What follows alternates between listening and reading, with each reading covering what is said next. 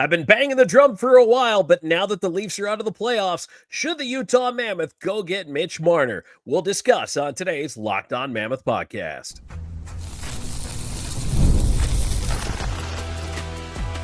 You are Locked On Mammoth, your daily podcast on the Utah Mammoth, part of the Locked On Podcast Network, your team every day.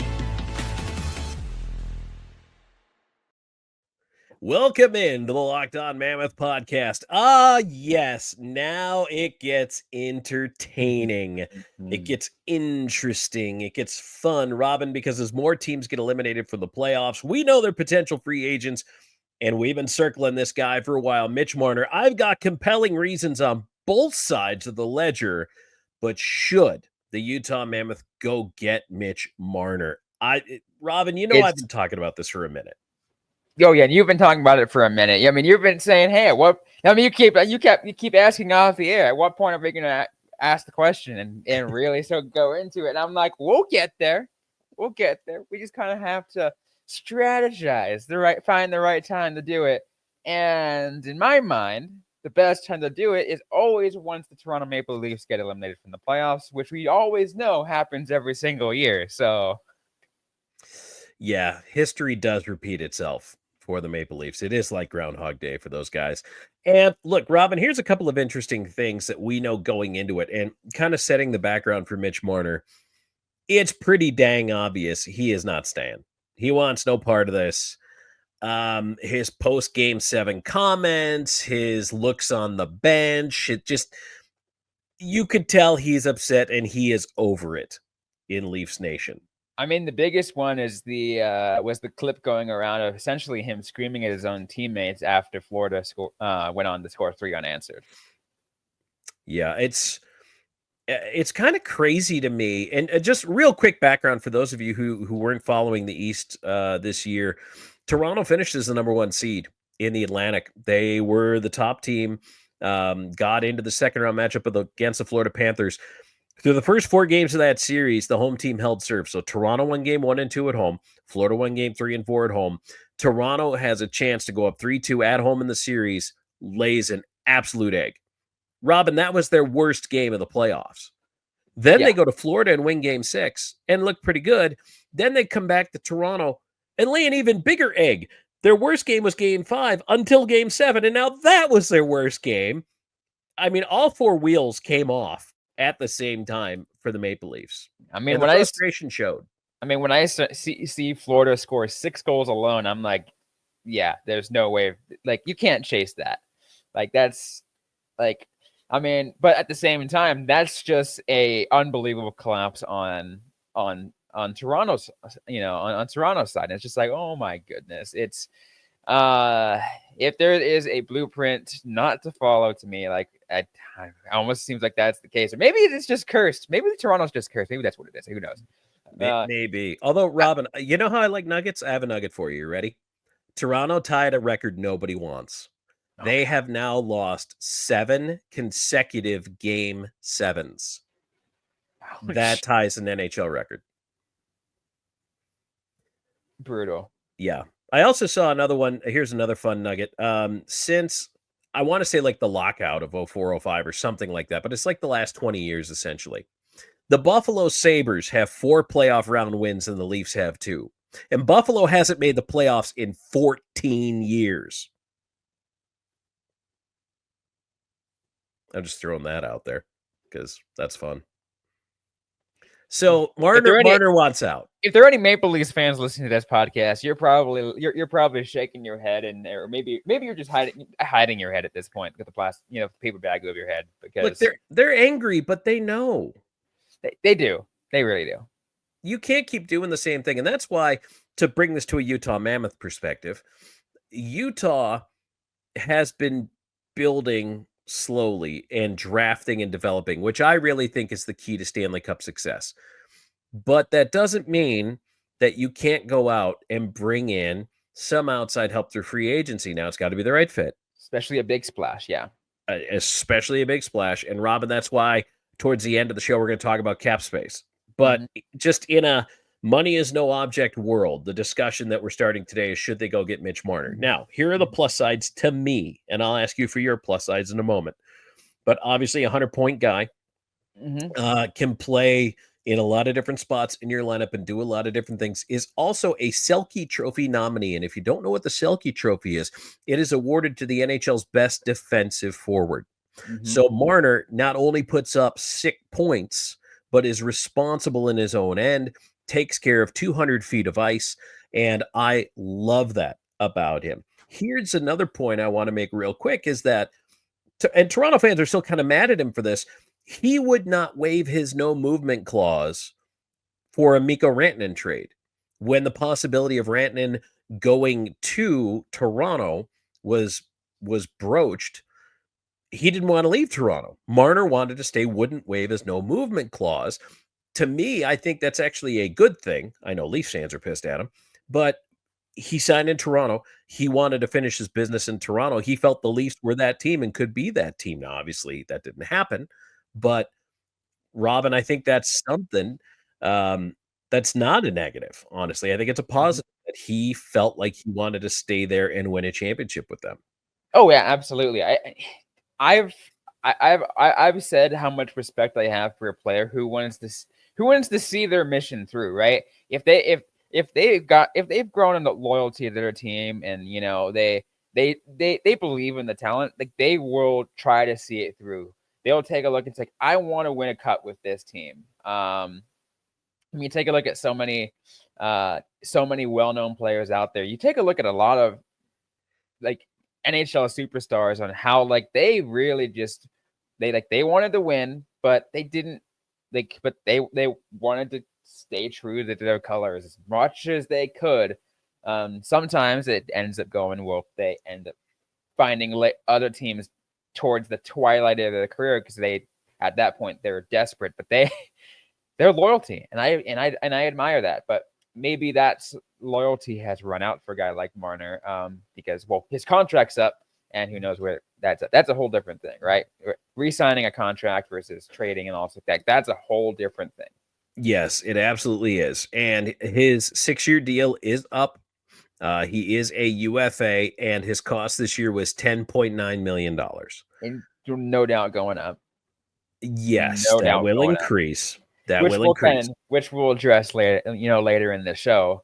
But you also made some good points too, and it's interesting because someone has mentioned, and I think it's not even just a Utah, reporter, but like I think it's just any kind of NHL reporter says like, if you are a GM in the National Hockey League, no matter who you are, if you have the money, and just the space and the room to fit a guy like Mitch Marner, to fit his 100 points, the kind of style of play that he has, which most teams can do, like you go after him, like you do, like you spend as much resources as you can to see what you can do. Obviously, you don't go beyond the means to put yourself in cap hell, but that's kind of what it means is you do what you can to be able to land a fish like Mitch Marner. So, Robyn, when you look at Marner, what would you want to add for positives on top of that? I mean, just whether it's looking at the Utah lineup or just fit, just composure of the the roster. Where would you put a Mitch Marner? I mean, Mitch Marner, I think, surely, no doubt, is a would fit as a first line guy on this on the Utah squad. Would easily slot in that way. And again, like I'm just imagining Marner alongside really any of the top guys that we already have on Utah, right? You can take a look at your Logan Cooley or Dylan Gunther or even a Clayton Keller, and you imagine them together. To me, it almost like it almost makes me just like, ooh, can you imagine how good of a line, just a line, that is alone? Like, just to me, the thought of that being the case is amazing. And I will say this, it's going to be a something that we can discuss a little, in the next segment as well. But like doesn't necessarily fit all of the quota, or not the quota I'm looking for, but all of the bullet points. I got all the bullet points that Bill Armstrong looks in a player. But hey, for the right guy, you bend it a little. Yes, exactly. For a guy like Mitch Marner, you bend that rule.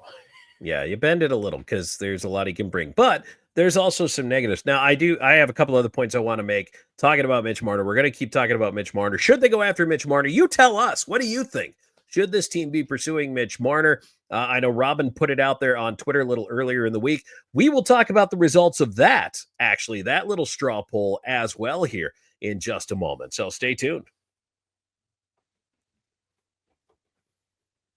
And today's show is brought to you in part by Wonderful Pistachios. Are you looking for a snack that's both delicious and nutritious? Crack into a good source of protein with Wonderful Pistachios.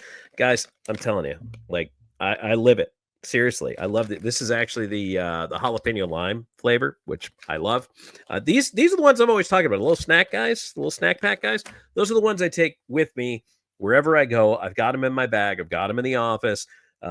I've always got a little bit of Wonderful Pistachios with me. They're one of the highest protein nuts. They've each 1 ounce serving has 6 grams of protein, which is over 10% of your daily value. Plus, they're packed with fiber and better for you unsaturated fats to help keep you feeling fuller longer. The ultimate in convenience, great snack, love it. Different flavors. I mean, maybe you're more of just a salted and roasted person, and that's cool. I like that occasionally. Sometimes I like a little flavor punch. I've got some honey roasted too. I mean, it's fantastic when you're running between your meetings, you're dropping off the kids, wherever you're going. They're the snack that works as hard as you do. So get snacking and get cracking with a snack that packs a protein punch. Visit wonderfulpistachios.com to learn more. All right, Tom Callahan, Robyn Leaño here with you. Robyn, I might bust those Wonderful Pistachios open. Like, I'm kind of, as we're recording this, we're creeping up on dinner time here. And okay, no, that's okay. I'll save those for when I actually have to snack on the go. Robyn, we're talking about Mitch Marner.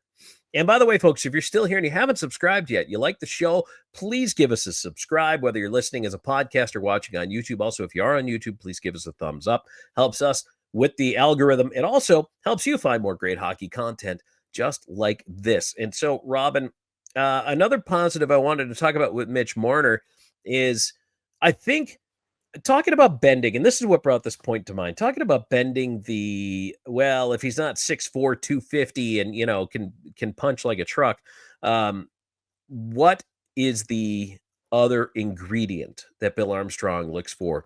And I think things like grit, fire, and determination. I'm not going to conflate Mitch Marner with a guy who's going to go out and he's not Krause, right? He's not supposed to be Lawson Krause. Right. It's a different game, but you can see how passionate he is, the fire and intensity he brings, and how much he wants to win. And I don't think there's any intangible, any measure for that that matters as much. It's just, what is your motor? How bad do you want to win? I think we see how bad he wants to win. Yeah, he definitely wants to. And I think that's why what we're seeing is there's a very high chance he's wants to pursue a change of pace at this point, right? Because he really wants to win. He wants to find a team that has it together, right? That has it together. That's close to winning. And but at the same time, I feel like it's what puts Utah in a good situation for this is he could see that as an opportunity and be like, and say, hey, this is a team I can take not just into the playoffs, but I can really make that team that's going to make a true push. Like they certainly can make that much of a difference versus other teams in which, let's say, like your Edmontons or your Floridas or whatever, right? Those are teams in which, yeah, he can certainly play a role and be a and get a cup. But I know, you can tell just from this series alone that he wants to really make an impact, but also, of course, he wants to win, but he wants to make an impact doing so. So for those who are following us on social media at Locked On Mammoth, Robyn, you conducted a little bit of a straw poll here, and I am very interested by the results you got back. It's interesting. So it wasn't necessarily a poll, but it was a tweet, right? It was I quote tweeted where it pretty much said, "Hey, where will Mitch Marner take his talents next?" I asked, should GMBA enter the Marner sweepstakes this offseason? He got got a decent amount of likes, but it's the replies to this tweet that got me interested.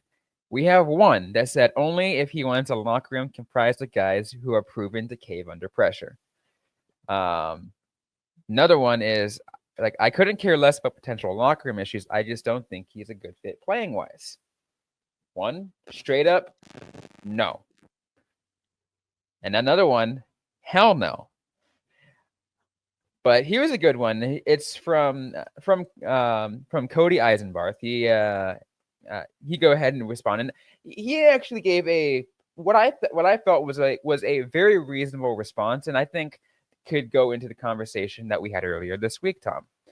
Said, honestly, I'd rather see us go after a player like Tage Thompson more. We talked about Tage Thompson earlier this week. He's been playing really well with our guys at Worlds and is 6'6", a much needed big presence on our front end, and is much more cost effective, even if we offer him more than in Buffalo. Well, and Tage Thompson's going to be so expensive. Yeah, that would surely require trading at the very least the 4th overall draft pick, right? But that'll be a conversation we have for later to really build like what would it take to get Tage Thompson. But we're still on the Mitch Marner conversation. But I like that response though, because it really shows that I think everyone understands Bill Armstrong's mindset at this point. By the way, Tage Thompson is not too expensive, if you can believe that, at $7.142 million.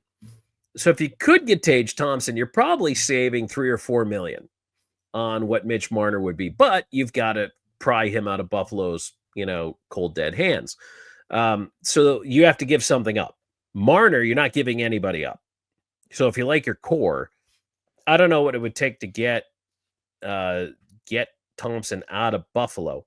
That'll be another show though, because we will talk about that. What it would take to get Tage Thompson out of Buffalo.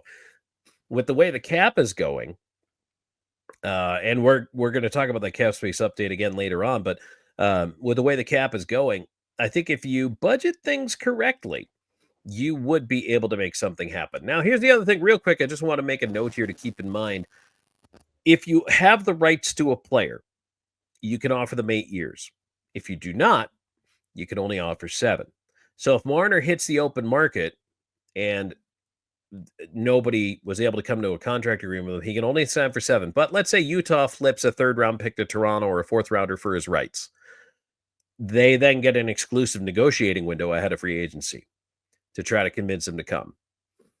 So then you can give him 8 years. That extra year, especially for a 28-year-old, takes him to age 36. That might be worth it. So that could very well be enticing. Yeah. That's something to keep in mind, Robyn. All right, Robyn, so negatives. I think talking about Mitch Marner, a couple were brought up in your little, there were a lot of no's.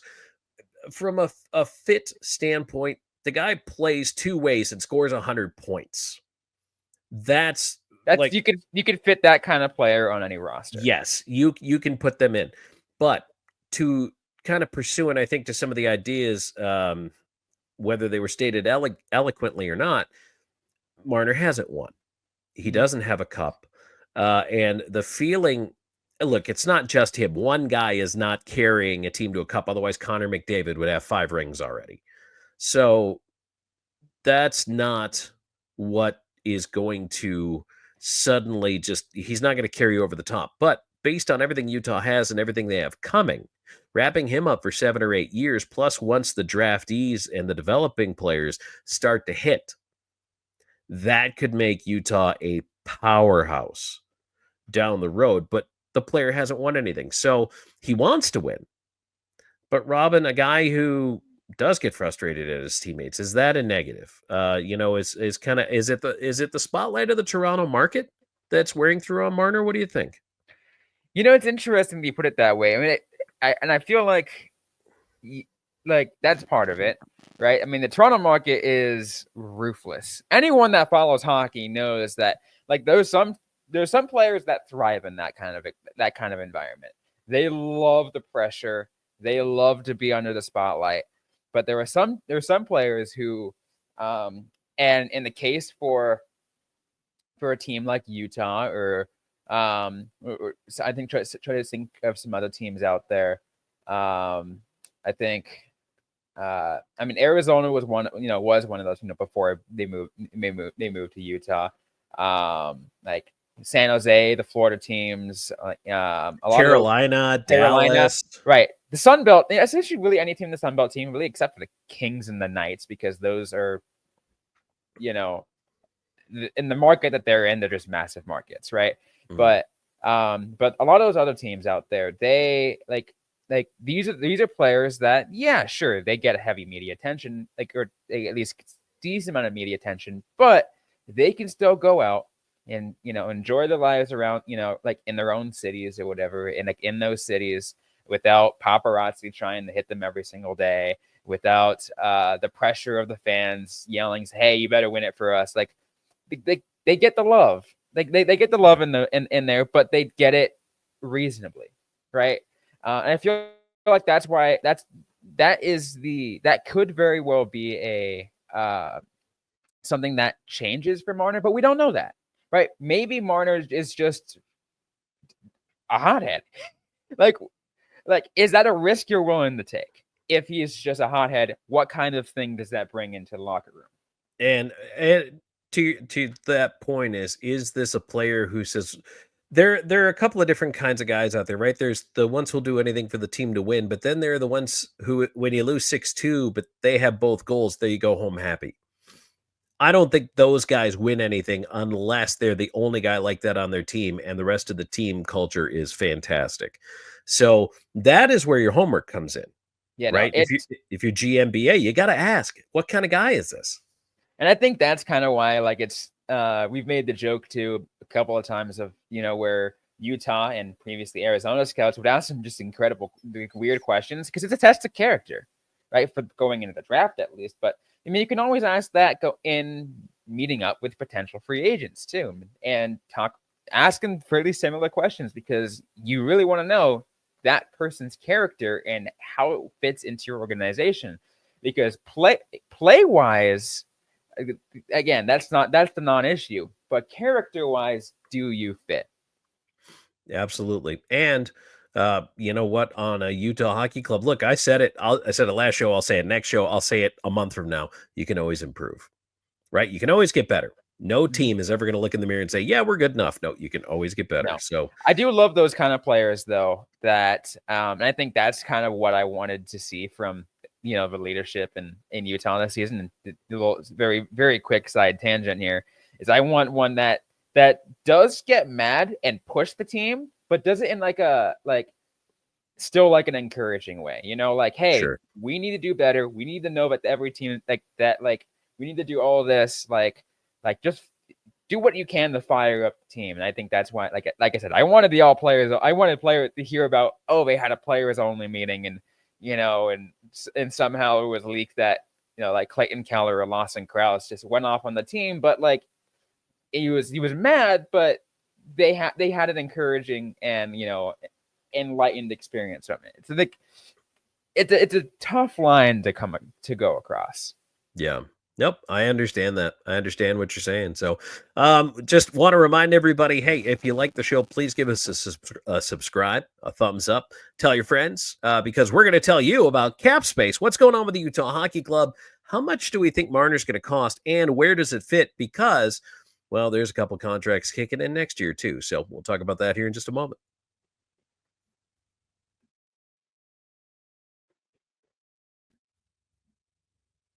Tom Callahan and Robyn Leaño. We are the dynamic duo that puts on the ice blue cape and tights and brings you the Locked On Mammoth podcast. Robyn, are you the mask wearing type of superhero, or do we get to see your face? I feel like, yeah, no, I'm showing my face. That's for sure. I'm wearing a mask. I'm just telling you. To me, I feel like there's, I feel like secret identity sort of things. We're a little past that. I'm a little past that. No, I want my secret identity, and it will not be revealed by any villains, including Vegas. So, including, there you go. Yes, Vegas will not reveal my identity. All right, let's talk a little cap space, shall we? For the Utah Hockey Club.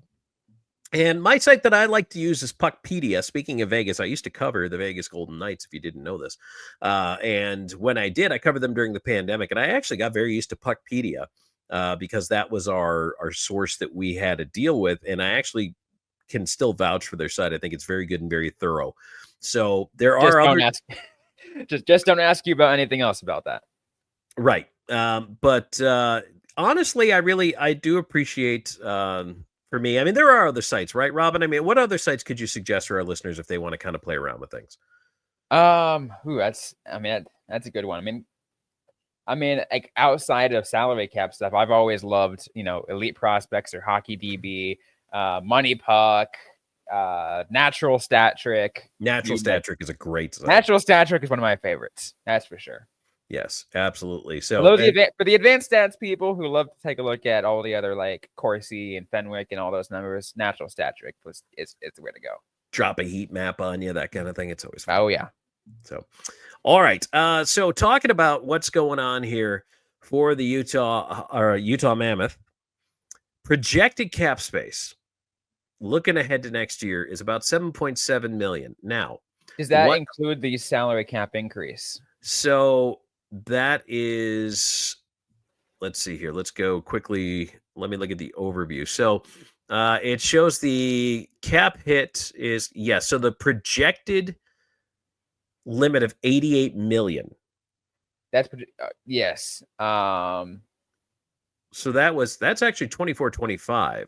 Correct, because the 25-26 projected salary cap is supposed to be 95.5 million. Yes. So under that, now I'm scooting over one season. Thank you, Robyn, for pointing that out. So 95.5, which is a huge increase. Massive increase. Projected cap hit is $73 million in 25-26 for Utah. That is $22 million of projected cap space. That is a lot of money.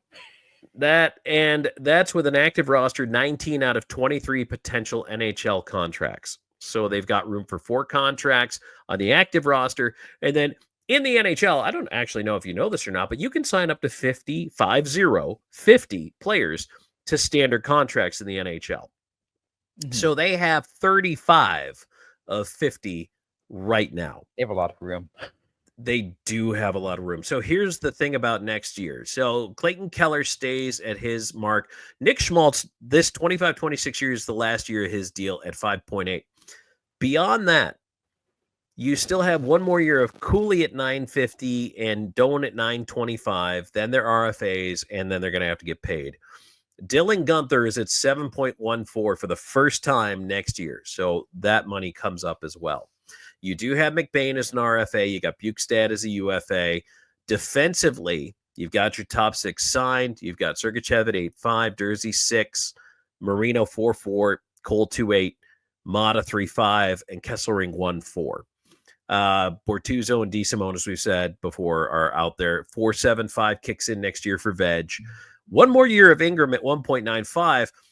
He could also go on LTIR if he does not play next year. So you could then gain almost another $2 million under that cap as well. So, and Valley Mackey is buried actually next year at 850 if he doesn't make the roster again. So there is room to play. Now, Mitch Marner, what did he make this year and the last 6 seasons? He made $10.903 million. Robyn, I hazard a guess, 13 million. Might be the number. That was gonna be my guess. I was just gonna say Mitch Marner is probably gonna ask for somewhere around the $13 million range. So that's gonna chew you down to now $9 million in cap space, and you have If 3 I'm trying to remember roster. too, I'm trying to remember too really quick that there is a, by the way, and not that I expect this to happen, but there is an upper limit on how much a single player can be signed for. I'm trying to remember what the percentage was. Was it more than 20%, something like that? That's a good question. I will have to look that one up. Unless you want to look that up, if you want to do a quick I search will. on it. Okay, Robyn's Yeah. our crack team of researchers here, which is Robyn and I. Here's the other thing to keep in mind, though. 26-27, it's projected to go to 104, and 27-28 is going to 113. So keep that in mind, because even though for next year, let's say you sign Marner for $13 million, you go down to $9 million available in cap space, and then you have still the ability to sign some of those contracts yet. As I mentioned, you would then have 3 potential active roster players for $9 million a piece. So you're averaging like $3 million per player. That's not bad. That'll help fill out a roster if you needed to. Also, if we want an ultimate dream, you bring in Tage Thompson, and this is losing no money. If you bring in Tage Thompson at 7.14, Robyn, you would still have about 2.8 million in cap space. Oh, sorry, 1.8 million. 1.8 million in cap space with Thompson and Marner. And now And here's that, and that includes, by the way, just so people know, that we talked about salary cap increasing to 95.5 next year. It's worth mentioning that the next year, I mean, this is projected, it's not official yet. This is what Gary Bettman has said he anticipates, but projected for 26-27 at 104 million. So it jumps up another $9 million. Right. And here's the thing. So Schmaltz's deal would be up by then. Kerfoot's deal would be up by then. But you're going to have to pay Logan Cooley. You're going to have to pay Josh Stone. But that happens at the perfect time when with all this going up. Right. It does. So you get them for the budget next year, but you just have to know if you're going to push that way out there. The other thing is, if somebody says to you, all right, Tage Thompson costs you Logan Cooley in a draft pick, are you prepared to make that move? So that's another show. We are going to talk about that. Oh, yeah. But the cap space, don't let that be a concern, because the cap space will be there. And Utah is not in trouble. Utah has the ability to spend, and Ryan Smith said he will spend.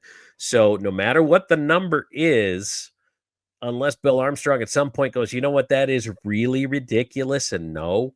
But look, if you're going after Mitch Marner, what if the price is $14 million? What's another million on the fire at that point?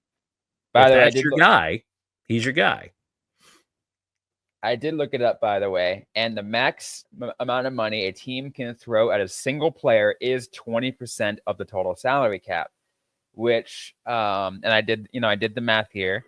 That 19 million be about $19 million would be the max you can throw at a single player going in the next year. Like, I don't anticipate that to even get close. But just think about that, like, as a future reference, right? Maybe there is a player who Utah will go after, maybe, or someone they currently have right now who they'd be willing to throw a mega deal out. I don't think Utah would ever hit that max contract. That's unbelievable. I cannot imagine even Connor McDavid or Draisaitl, or there is no player to me who would ever be worth $19 million. If I'm not mistaken, I remember, I'm trying to remember the John Tavares sweepstakes. If I'm not mistaken, at the time, I believe John Tavares was offered, at the very least, the max possible contract by the New York Islanders before taking a slight haircut to go to the Toronto Maple Leafs. And he may have. But then at that point, the max was $15 million. You can throw out a single player. That's still crazy to me. And I mean, honestly, Johnny T could have stayed in the island and gotten exactly as far in the playoffs. Oh, So, oh, but yeah, that's where we're at. So, again, Robyn, I'm curious to see the avalanche of comments, but it's time to talk about it now because Toronto's out of the playoffs and the speculation will be rampant. And I've been talking about this for months, Robyn. It's time to actually really, really You know- get serious. you know who's also out of the playoffs, Tom? A little snug comment. Hmm? Your Jets are out. I don't know what you're talking about. Just because I picked them to win the cup and all that. And look, credit to the Stars because they're my biggest playoff surprise. I didn't see this coming. They were terrible down the stretch. They were dead. They were dead and facing Colorado in the first round. They were still that's it. They were still my preseason pick. So my preseason pick, not my pre-playoff pick, but my preseason pick. Right. And that's why I stuck with the Jets for that very same reason. But I mean, all credit to them. And look, Mikko Rantanen is on fire. And I can only wonder if Rantanen, and we'll never know, but if Rantanen didn't have a first round matchup against Colorado, would it be different? We'll never know. But I think that lit the fire under Mikko Rantanen, and the fire still burns heading into the conference final against Edmonton. Oh, yeah, certainly. So that'll be fun, too. We're going to talk a little bit about the conference finals. We're also going to talk about the World Championships later on in the week as well, and it is time to get into this. Plus, hey, start throwing your questions at us for Mailbag Monday. Want to get out in front of this a week ahead of time. Next Monday, we're going to open the mailbag and start that segment off as well. So start throwing your questions at us. Robyn, where can they find us? Yeah, they can find us just about everywhere. You can find us on social media. At Locked On Mammoth. You can also follow us, and if you want to submit a mailbag question, comment on YouTube as well. We'll see those. If you want to make sure we hit the mailbag, just add hashtag Mailbag Monday or something that lets me know that we can add it to the crew. Or you can also email us at lockedonutahhockey@gmail.com. That's perfect. Let's do that. Let's hashtag it Mailbag Monday, and that way we can search it and find it much quicker. If you want to find me on Blue Sky at Tom Talks, find me on Twitter at Callahan on Air. We appreciate all of you being here, the long timers, the brand new folks. Love to see the show is growing, and we're having a bunch of fun doing it too. So for Robyn, I'm Tom. Thanks for being here for yet another awesome edition of Locked On Mammoth.